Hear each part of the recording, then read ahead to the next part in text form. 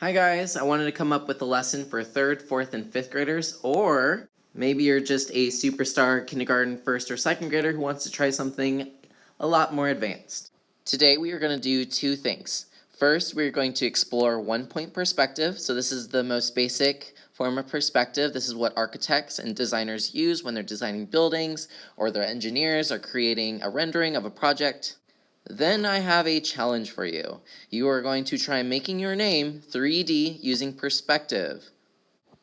So here's an example of perspective. So this artist, he or she, is creating this building. They're using shadow. So shadow, as we know, is when you make an area a little bit darker so that it looks a little bit more real. But also notice that there's these crazy random lines going off to the sides of the paper. I'm going to be showing you a way of doing that. This example here is a little bit more advanced. I might show you this later on, but today we're going to take it really easy, and I'm going to show you the basics of making perspective boxes.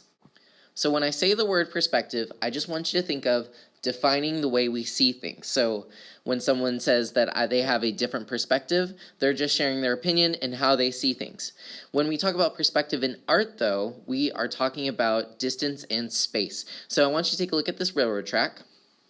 Now move your eyes to the power lines, and move your eyes to the fence on the left. What do you notice about all three of these kind of items in the picture? What do they all have in common? Think about it for a second. Now I'm going to tell you. So if you notice, they all head to this one point in the middle. I know it's kind of blurry when I zoom in, but in that point in the middle, that is called the vanishing point. So in that picture, everything is in a line and heads towards that vanishing point until it literally vanishes. That's why we call it the vanishing point. The vanishing point is always on the horizon. So the horizon is your eye level. Even here with this 2-point perspective, which I'm not going to teach you today, there is a horizon. So there's this line that's going all the way across the page. That represents where the sky and the land meet. And notice here that it is not the mountains, but is the line underneath the mountains that is our eye level horizon. This technique is not only used for railroads and roads, but you can make cities, different shapes, all making them look a little bit more real. Okay, so for this exercise that we're going to do together, you're going to need 2 pieces of paper. One is going to be our practice, and then the second one is going to be your challenge, and we'll talk about that in a second. I basically want to show you the way I think about 1-point perspective. I'm going to show you the vanishing box project, and then over here I'm going to give you a challenge, and we'll talk about that later. So what you'll need is a piece of paper.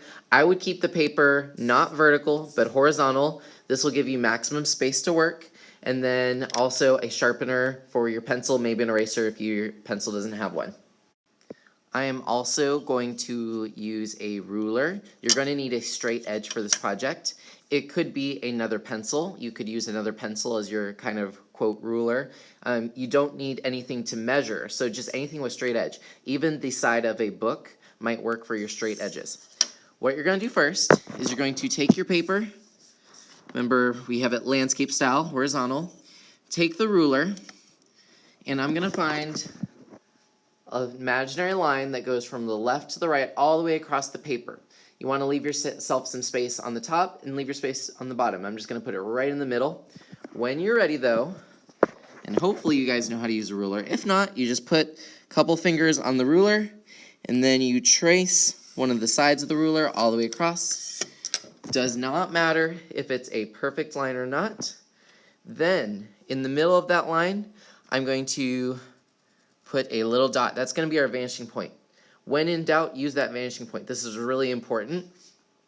You can pause the video now and catch up, or if you just want to see me complete the project and then try it on your own, that's fine too. Now, I'm going to draw 3 boxes. You can draw these boxes anywhere. I'm going to do one above the line, one on the line, and one below the line. That way I can show you how perspective might look for a shape that's floating, a shape that's maybe in front of you, and maybe one that's a little bit lower than you are. So you're going to draw a square or rectangle, doesn't really matter, as best you can. I did one above the line. Now I'm going to do one over here, I think, that is more on the line. Next, let's do one that's really close to the bottom, just to make it really different. Now we have these flat boxes. I'm going to go through each one and make them look a little bit more 3D. Now you're going to need that ruler. What you're going to do is you are going to connect the corners with that vanishing point. When in doubt, connect the vanishing point. Sometimes this can get a little bit confusing. Just take it step by step, make it easy for yourself. Don't get frustrated. All right, so I have these corners. Some people like to go in and make those corners really apparent, give them a little dot, whatever helps you. And then connect those corners to the vanishing point and draw light lines. So you may need to erase some of these lines. Don't draw them hard. Just give them whisper lines, very careful whisper lines. All right, I'm not done yet. I need to do this dot, this dot, this dot. Connect it up. I know I'm connecting it because the ruler is across this point and this point. Now I can make a line that connects both of them. Connect this dot with this dot. Light until you get it right, so don't draw hard. And then finally, this line right up there. All right, now I see kind of what's happening now. I can see that it's heading off into the vanishing point, and then you can kind of imagine this really long rectangle heading off into the distance forever. Now, if I want to make it look 3D, I'm going to find those vertical, horizontal lines that I created.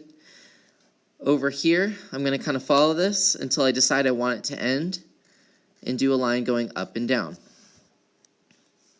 Next up, I'm going to do a horizontal line. So now you can see that this box is looking a lot more 3D. Now I don't need all this stuff. So if you have that eraser handy, I want you to try erasing everything after that line. Now you can kind of see this floating box up here, but it doesn't look all the way correct. Now I'm going to think about the lines I know I would actually see, because there's some lines in here that would actually not be seen. If I was really looking at this box, I would be able to see the side, I would be able to see the bottom, and I might be able to see the front. But this line over here, that probably wouldn't be there. We actually really didn't even need to include it. I just wanted you to get the basic idea of connecting the corners without confusing you. In the future, when we do these boxes down here, you do not have to include the ones that you, those lines that you wouldn't even see in the first place. So I wouldn't really see that. Now I'm going to make these lines a little bit more emphasized. And now I'm going harder with the pencil. Voila. So now it looks like there's a floating box. Let's do this again. You can either watch me or wait till the end or follow along. It's up to you. I'm not going to use the ruler on this one just because I think I got the hang of it. I'm going to connect those corners. But now if I connect this corner over here with the box, I would never even see that line. There's no point in me drawing it. So I'm just going to keep it easy. I'm going to cut the box off where I want it to stop, and then erase any lines that I don't need anymore. You never want to erase the horizon line unless it's going through your box. Unless this box was invisible, I would never see that. So I went ahead and erased it. Now it's starting to look a little bit more real, huh? And as you're doing this, if you want to add shadow, remember we talked a little bit about shadow, you can totally do that. Just take your pencil, give it some shadow if you want to. You don't have to. I'm just kind of adding random shadow wherever I feel like I need it. And that might give it the more 3D look. All right, last one. This one's on the bottom. So over here, you're going to connect those corners. I just like to go for it. You can use the ruler if you want. Then draw your vertical line in the spot where the vertical line kind of matches up. And then a horizontal line where you want to cut it off. And then erase those lines. You don't need them anymore. And of course, add some shadow. All right, this is your chance to catch up, but you should have something that looks like this. Wow, so now you know how to draw 3D. You can make these crazy. Maybe these are skateboards and people are floating on skateboards in the sky. I don't know. Or if you're really crazy, here's what I'm noticing. These kind of look like skyscrapers. It's kind of like I'm an eagle flying over these skyscrapers. You can make a little city. But on your second piece of paper, I'm going to give you a challenge. You're going to do this again, but this time you're going to make your name 3D. So if you want to do the name challenge, what you would do is you're going to draw a line all the way across. Remember, that's called our horizon.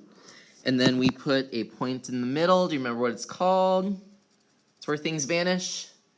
Vanishing point. Now mine was not perfect. I could have spent a little bit more time, but I want to hurry up just because I know that it's probably a little bit boring just to watch me do it. I'd rather you have some more time doing it yourself. Now I want you to try drawing your name. So what I do when I draw my name over here is I will draw the letter. Anything that has a corner, you're going to match up to the vanishing point. But I'm going to draw the letters of my name first. You can do them bubble if you really want to, or you can just draw them normal. I'm going to see how it looks with bubble letters and then connect it all to the perspective. I have my name in here. Now I'm going to connect where I think it would connect. If these were floating 3D letters, I'm going to connect them to that vanishing point. So that's giving that realistic perspective. So any corner that I think might match up. Remember, if it goes through the letter, you probably won't see it. You don't have to do those ones, or you can kind of take them until you think that they would disappear behind the letter and then just stop. Or you can go all the way through them and erase. It's totally up to you. What's cool about this project is you are actually using your math part of your brain. So the theory is that there's two different sides of the brain. There's the creative, the choice-making, decision-making, creative side, and then there's also the analytical side, the math brain.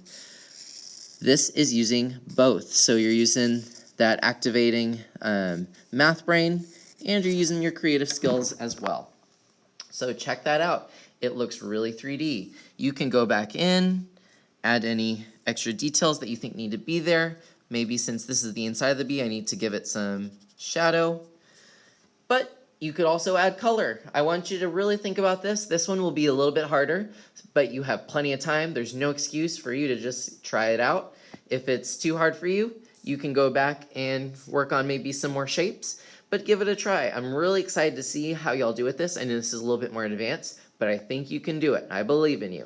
All right, guys, I hope that you guys are staying safe, washing your hands. Remember, I love getting these images of the art that you're creating. Please feel free to send it to my email. My email address is on the Christie website if you would like to send it to me. I'm so excited to see these guys. Bye-bye.